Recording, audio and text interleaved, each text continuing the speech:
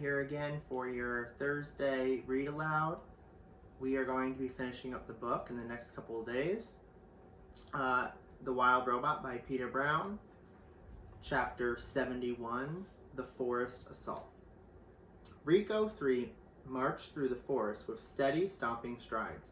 His blocky head swiveled from side to side, scanning for any sign of Roz. But he was distracted. You see, everywhere the Rico went, he was met by shrieking animals. He didn't know it, but he was in the midst of a coordinated assault. Swooper hooted orders from above. Hawks, sparrows, owls, dive in front of his eyes. Fink barked orders from below. Hares, weasels, foxes dashed between his legs. The forest was seething with any army of wild animals distracting the robot, luring the terrible thing deeper into their trap. Chit-Chat leaped out from the branches and clawed at the robot's eyes, yelling, "Anyone who shows up on our island and tries to take my friend's mother away has a big problem, which is me." Then she leaped back into the branches. The robot pointed his rifle at the squirrel and pulled the trigger. A blazing beam of light shot through the forest and sent tree limbs crashing to the ground. It grazed poor Chit-Chat, singeing at the end of her tail. But she ignored the pain and scurried up to the safety of the canopy. With each stride, the ground grew a little softer and the robot sank a little deeper, until he was up to his waist in thick, heavy muck. His turning legs slowed to a stop, and he stood there computing whether to move forward or backward. Rico 3 was now an easy target. "Begin the bombardment," ordered Swooper. The sky darkened as a swarm of birds descended from the treetops.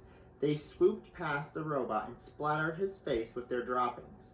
Bird after bird swooped and splattered, and the Rico's eyes were instantly caked with filth. "Don't let up," screeched the owl. "Give it everything you've got." There seemed to be an endless stream of birds with an endless amount of droppings. Rico 3 let go of his weapon and wiped his filthy face with both hands. That was the moment the fuzzy bandits had been waiting for. They dashed out from the weeds, snatched the rifle with their nimble hands, and dragged it away. Tawny and Crown Point looked from the underbrush. The buck lowered his head. The raccoons carefully placed the rifle upon his antlers. Then the deer and the raccoon slipped into the shadows. By the time Rico 3 realized his weapon was missing, it was too late. He let out a sad electric tone, and then, as the birds continued their bombardment, the robot turned and blindly trudged back through the muck. It was now time for the final stage of the plan. Broadfoot, the bull moose, emerged from the trees and stood directly in the path of the blinded robot. Rico 3 had no idea that his every step brought him closer to the mighty animal. When the robot was in range, Broadfoot turned and kicked back with his powerful hind legs. There was a sharp crack, and dung sprayed from the Rico's hand. The moose kicked again, crack, and the robot's head flopped to one side. A tear in his neck exposed a tangle of silver tubes, but Rico 3's legs kept pumping, so Broadfoot kept kicking. He pounded the robot's head with his heavy hooves, denting and crushing it into an ugly shape. And with one final crack, the head broke loose, soared through the air, and squelched into the muck. The headless robot fizzled and smoked. His legs ground to a halt, and he never moved again. Chapter 72, The Mountain Rumble. Rico 2 stood at the mouth of the cave. "Razum, Unit 7134, are you in here?"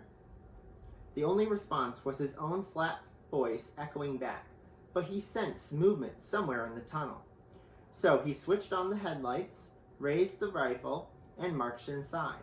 The Rico marched past animal bones and rock piles and wide cracks in the walls.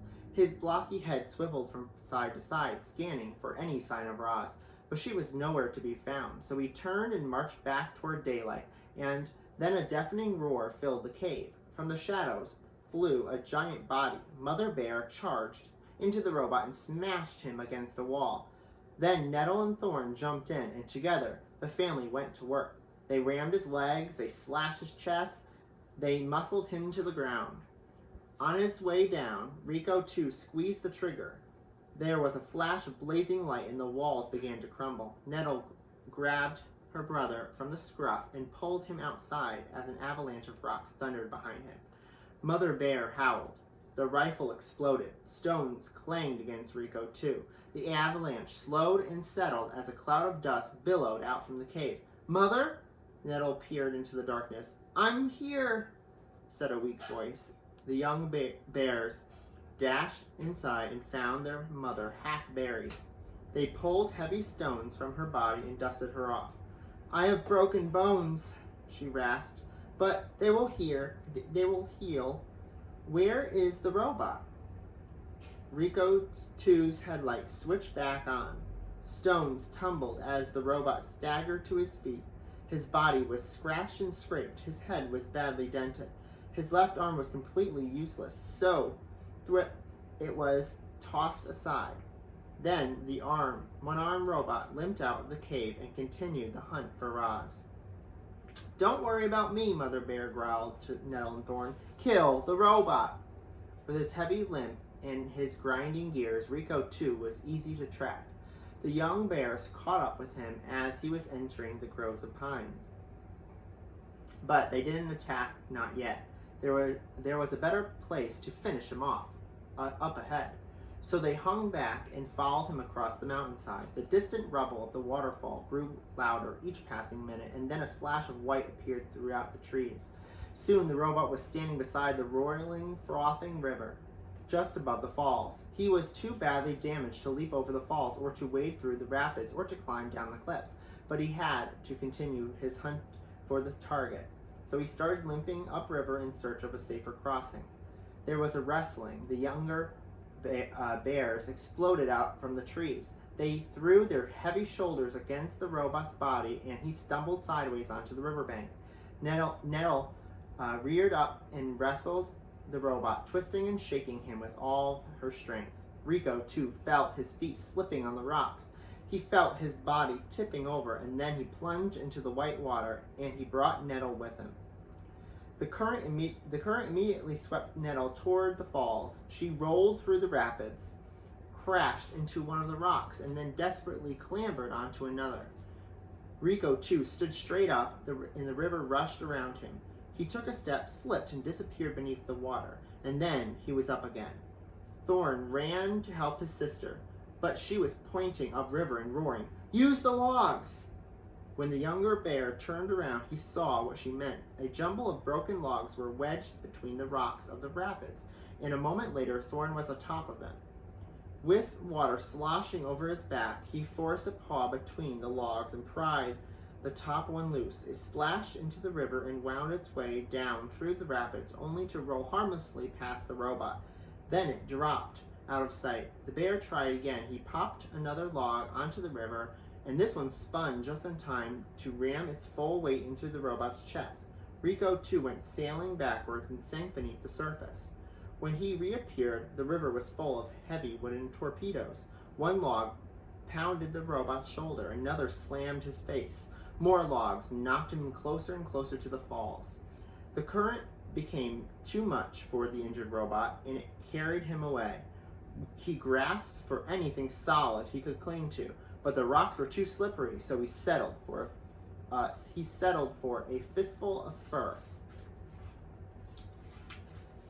Nettle had been hanging to one rock this whole time, but now the robot was pulling her. She started to lose her grip. She couldn't hang on much longer. Finally, she cried out, "I'm sorry, Thorn!" and she let go. Nettle and Rico surged toward the rambling falls.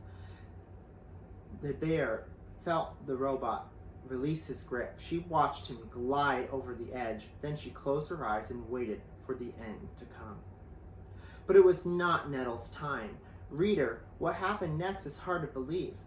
You see, the river didn't fall away beneath Nettle. It tightened around her. Hundreds of fish surrounded the bear. They pressed their faces into her fur. They thrashed their tails against the current, and they slowly pushed her away from the edge. Further and further away. Gradually, moving upriver until Nettle's brother pulled her from the water. The bears collapsed onto the riverbank, and when they looked down, they saw hundreds of fish looking back up. "Thank you," roared Nettle. "I'll never eat fish again." The fish smiled and sank into the rapids. "I thought you were dead," said Thorn, breathing hard.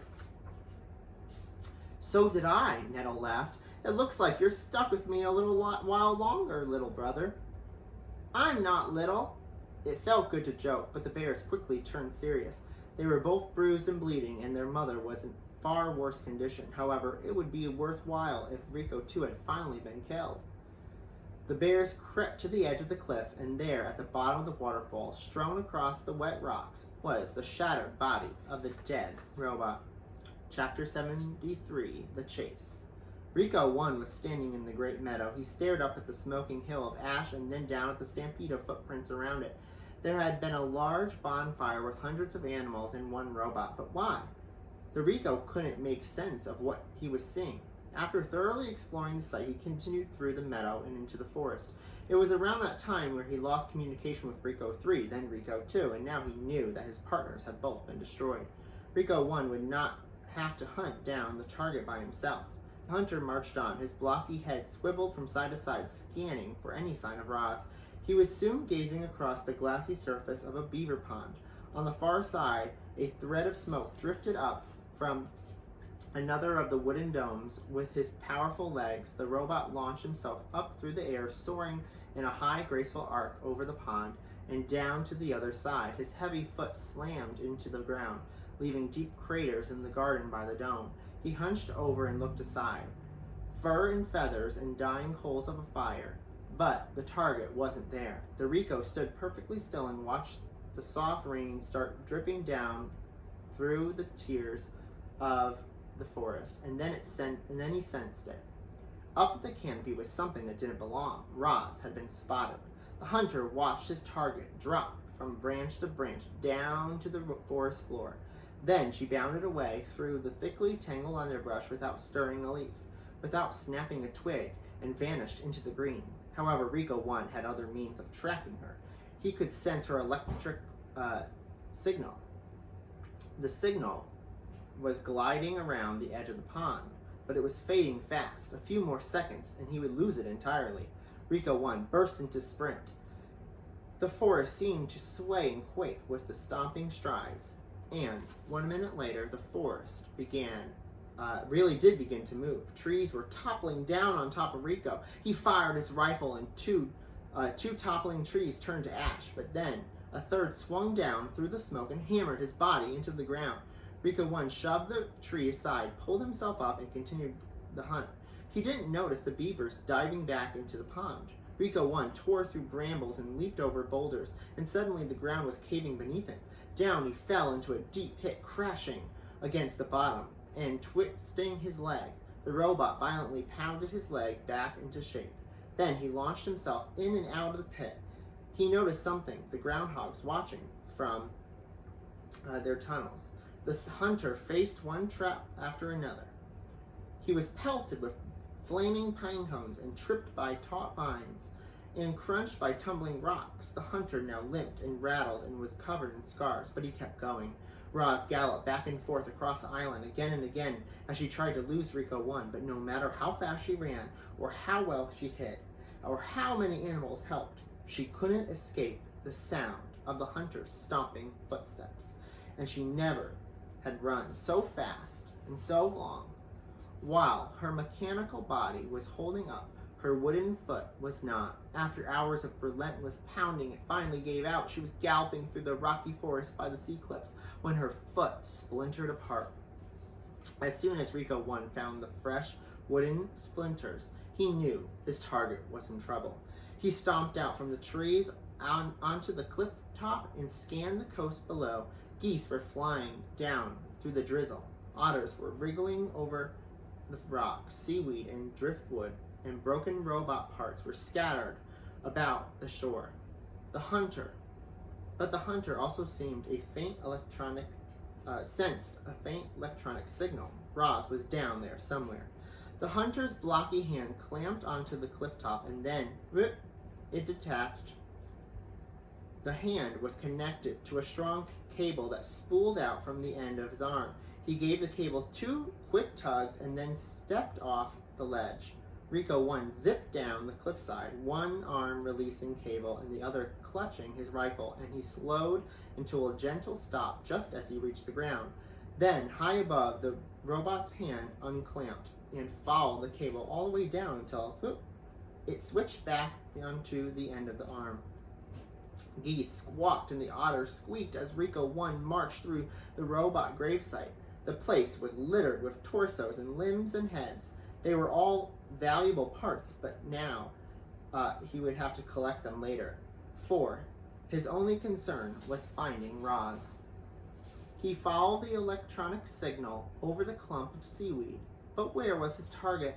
Was Rico 1's sensor malfunctioning? The robot tapped his head a few times, but the mysterious signal remained.